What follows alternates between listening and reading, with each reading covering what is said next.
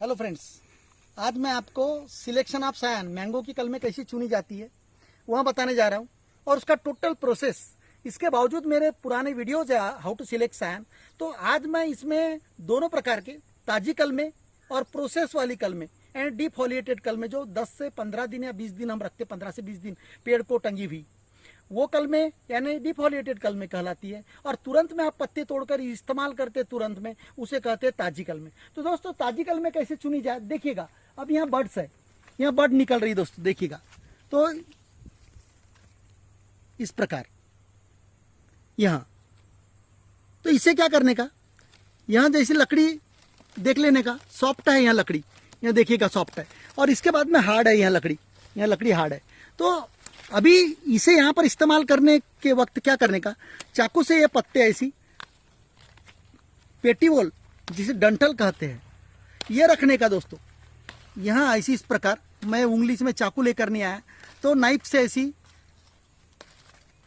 पत्ते ऐसी इस प्रकार पेटीवोल रख के ब्रेक करके आप यहाँ से कट कर सकते दोस्तों, ये ख्याल में रखिएगा इस प्रकार। तो यहाँ है ताजी कलमें, यहाँ ताजी कलम। कोई जरूरी नहीं इतना ही मोटा अंकुर बाहर निकला हो, इससे कम भी अंकुर रहा तो भी चलता है। मैं बताने जा रहा हूं और से आपको।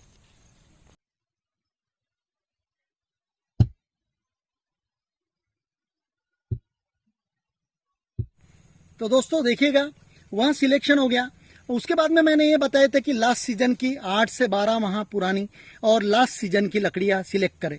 तो दोस्तों देखिएगा, अब लास्ट सीजन की कैसे, यहाँ पर आम ऑलरेडी फल चुका था, इसलिए इस प्रकार का यहाँ पोर्शन है। देखिएगा यहाँ पर, यहाँ देखिएगा, यहाँ लास्ट सीजन का है इस प्रकार का। अब क्या इसे इस्तेमाल करने का यस, तो इसे अपन डिफोलिएटेड कर दिए। यहाँ डिफोलिएशन वाला 15 से 20 दिन के बाद में लेने का इसे, यह लकड़ी ग्राफ्टिंग के लिए सुटेबल है। अब आप यहां से भी कट कर सकते हैं इसे, इतनी लंबी। अब 15 से 20 दिन के बाद में इसे, 15 से 20 दिन के बाद आपको यहाँ पर बर्ड्स निकलना शुरू हो जाएगी।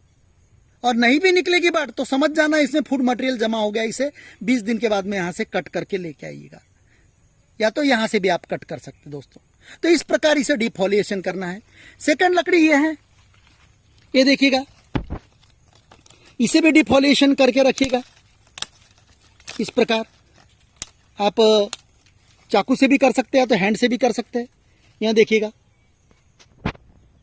यहाँ भी लास्ट ईयर आम फला था, इसका वहां पर सिंबल ही दिख रहा है, ये चिन्ह ही दिख रहा है दोस्तों।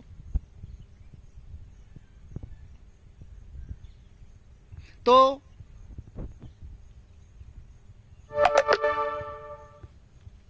इस प्रकार, और मैंने बता चुका था कि लकड़ी कैसी होना चाहिए, कड़क। ये देखिएगा ऐसी है, यानी बगने वाली नहीं चाहिए। ये देखिएगा कड़क इस प्रकार।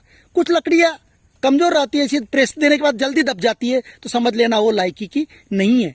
यहाँ मैच्योर्ड सायन की खासियत है, यहाँ कड़क रहती है थोड़ी, और डार्क ग्रीन कंसिडर करो। ये देखिएगा, यहाँ देखिएगा।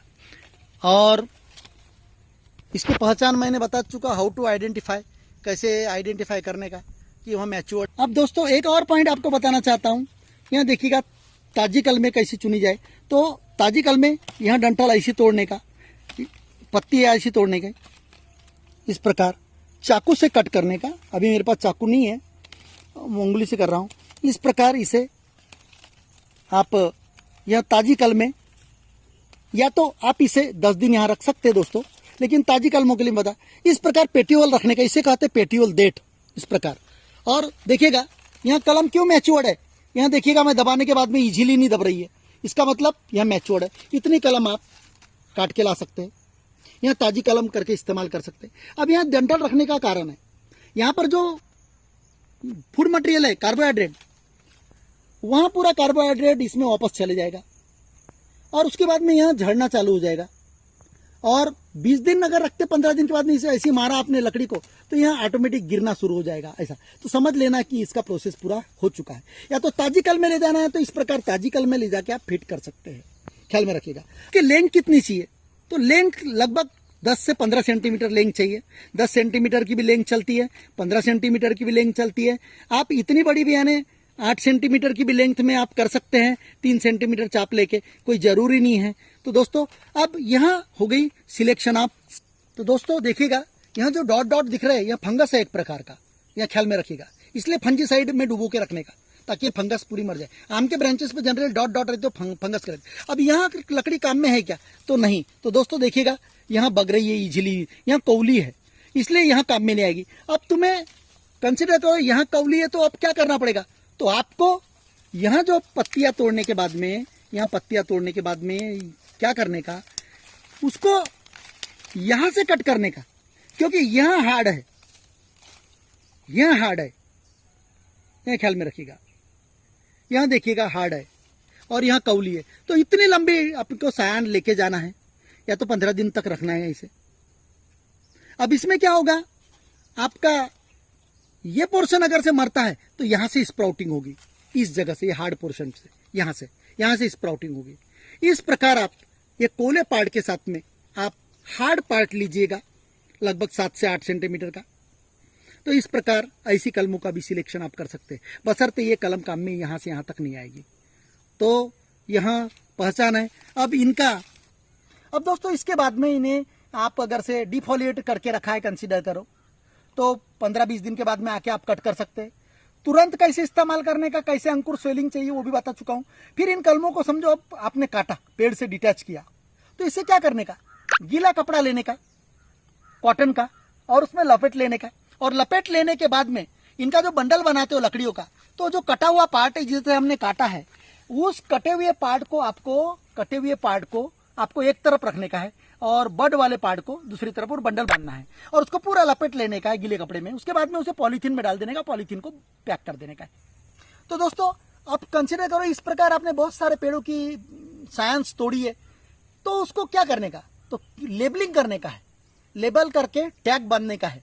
ख्याल में रखो, नाम लिख के आने, भाई ये केसर की है तो उस पर केसर लिखने का, उसको प्लास्टिक के बैग में डालने का, उसको वो बंडल को बांध देने का रबर से, ताकि आपको मालूम हो कि ये सायन जो है किस वैरायटी की है। तो इस प्रकार लेबलिंग एंड टैगिंग इंपॉर्टेंट है। उसके बाद में घर में ले जाना है आपको। घर में ले जाने के बाद में उस बंडल को आपको क्या करने का प्रोसेस, तो 8 से 10 घंटे कम से कम आपको, 8 से 12 घंटे या 14 घंटे आपको जो सॉल्यूशन है फंजीसाइड जो मिलता है मार्केट में, फंजीसाइड 1 चम्मच 1 लीटर में डाल देने का, उसका घोल बनाने का, उसको डुबो देने का और 14 से 16 घंटे उसे डुबो कर रख देने का और उसे बाद में निकालने का और फिर उसे लपेट देने का और जो लेबलिंग और टैगिंग कर देने का और गीले कपड़े में लपेट के आप इसे 20 से 25, 30 दिन, 40 दिन तक इस्तेमाल कर सकते हैं। इसको जब दिन में आप लपेट के रखते हो तो शाम को क्या करने का, खुला कर देने का, कहाँ ओस गिरती ऊपर की, ऐसे खुले जगह पे रख देने का शाम के वक्त अंधेले में, ताकि फिर रात भर वहां ओस ले और फिर उसके बाद दूसरे दिन सुबह फिर उसे लपेटकर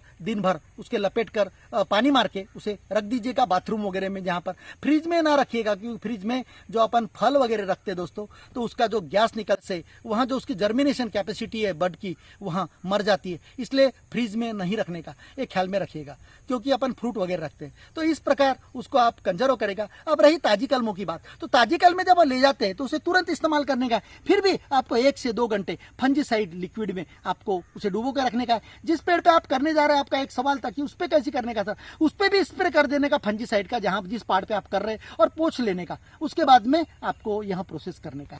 तो दोस्तों अब 1-2 कलमे के लिए क्या फंजीसाइड ले सकते हैं आप, नहीं ले सकते ना, इसलिए फंजीसाइड कोई भी ब्रांड का ले सकते हैं आप। एग्रीकल्चर शॉपिंग जाइए, कोई भी प्रकार का फंजीसाइड, बहुत सारे टाइप्स फंजीसाइड आते हैं, तो वह ले लीजिएगा ताकि आपको बाकी जगह। अब कुछ लोगों के सवाल आते हैं, सर पत्ती निकलने के बाद में गिर रही है तो उसके लिए आप इंसेक्टिसाइड उस पर स्प्रे कीजिएगा, और कंसिडर करो 30 दिन हो गया और उसके बाद में बड निकल रही है और पत्ते निकल रहे हैं, उसके बाद में आपको ऐसा महसूस हो रहा है कि फंगस लग गई, तो आप पॉलीथीन अनवाइंड कीजिए जहां पर ज्वाइंट किया और उस पर भी फंजीसाइड का स्प्रे कर दीजिए, और थोड़ी देर के बाद में उसके खुला रखने के बाद में फिर आपको वो सूख जाने के बाद में फिर से आप उसे बांध दीजिएगा। तो दोस्तों कम से कम जो बंधा हुआ पॉलीथीन है 60 से 90 दिन खोलने का नहीं। अगर से आपने 60 से 90 दिन में अगर खोल दिया तो वहां क्या होता है, जो ज्वाइंट है वो उल्टे जाता है और आपकी कलम सूखने के चांसेस रहते हैं। ये भी प्रिकॉशन आप याद रखिए, और इन्हें आप छाव में ही रखिए कम से कम 3 महीना, जाके डायरेक्ट सनलाइट में ना रखिए दोस्तों, कम से कम 90 दिन तो कम से कम। और उसके बावजूद भी आपको बताना चाहता हूं कि सनलाइट में डायरेक्ट कोई भी प्लांट नहीं रखने का, क्योंकि वेपराइजेशन इतना होता है,